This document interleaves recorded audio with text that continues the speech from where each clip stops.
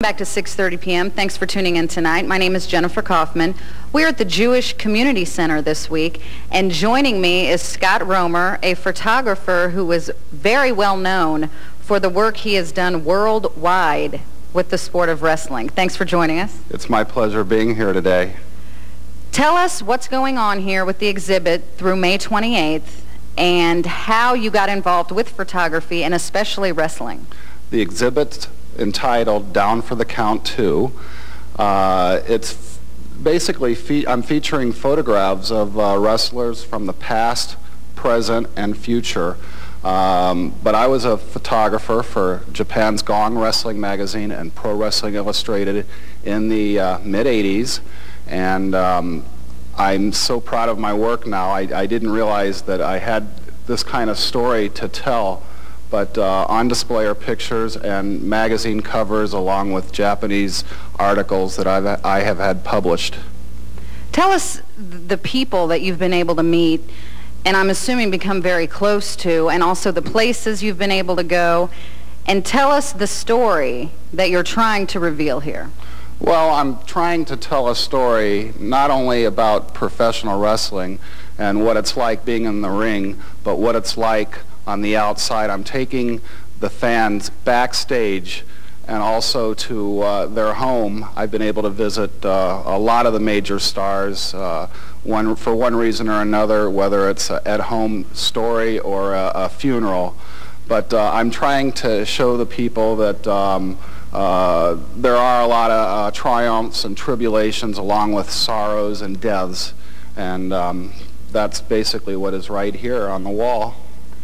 How long have you been photographing wrestlers and wrestling events on location, and what are your favorite experiences? Well, it started as a child. I was diagnosed with hyperactivity disorder and attention deficit syndrome, and as part of my therapy, my grandfather would take me to professional wrestling matches. I was 8 or 9 years old. I was excited. I couldn't wait until the next show would happen, and I would bring a 104 Kodak Instamatic camera to the matches, run up, take pictures. Then the cops would throw me out. I'd sneak around the other side, take a few more pictures, and before I know it, I see that these pictures are quite good, and I started selling them to the wrestling fans. Then, after doing this for a couple of years, I got a message from one of the cops: "The Bruiser wants to see you upstairs." So I went upstairs to see Dick, and I see all these bad guys and good guys in the same room together, and Bruiser had asked me about selling pictures. I told him I was, and he said, "I'd like to have 20%. From now on, we're partners. You give me 20%, and I couldn't wait to go back upstairs each and every match to give him his 20%, just to be around the guys and get to know them.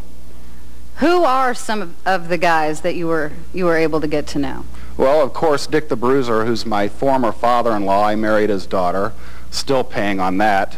But Andre the Giant, the Von Erichs, all the Von Erichs. I worked in Dallas, Texas, in world-class wrestling, and I was able to become friends with each and every one of them, and now they're all passed away.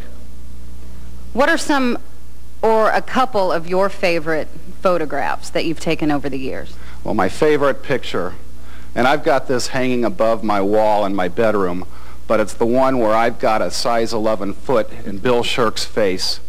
And another one is, well, Dick the Bruiser, and it's on display here. So the display exhibit is going on through the end of the month, May the 28th. It's been going on for about a week now. What's the response been? It's absolutely been wonderful. The little kids come down the hall and they look at the pictures. They're in awe. They can't believe that I managed Cactus Jack, the WWF champion. They see photos of Hulk Hogan as a young man, Jesse the Brain Ventura, governor of Minnesota, and like I said, the response has just been wonderful and overwhelming. Well, Well, thanks a lot for joining us today. You definitely have some wonderful work here.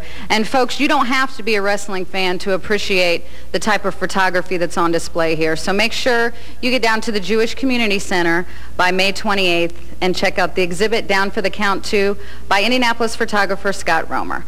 Back to the studio for more 6:30 p.m.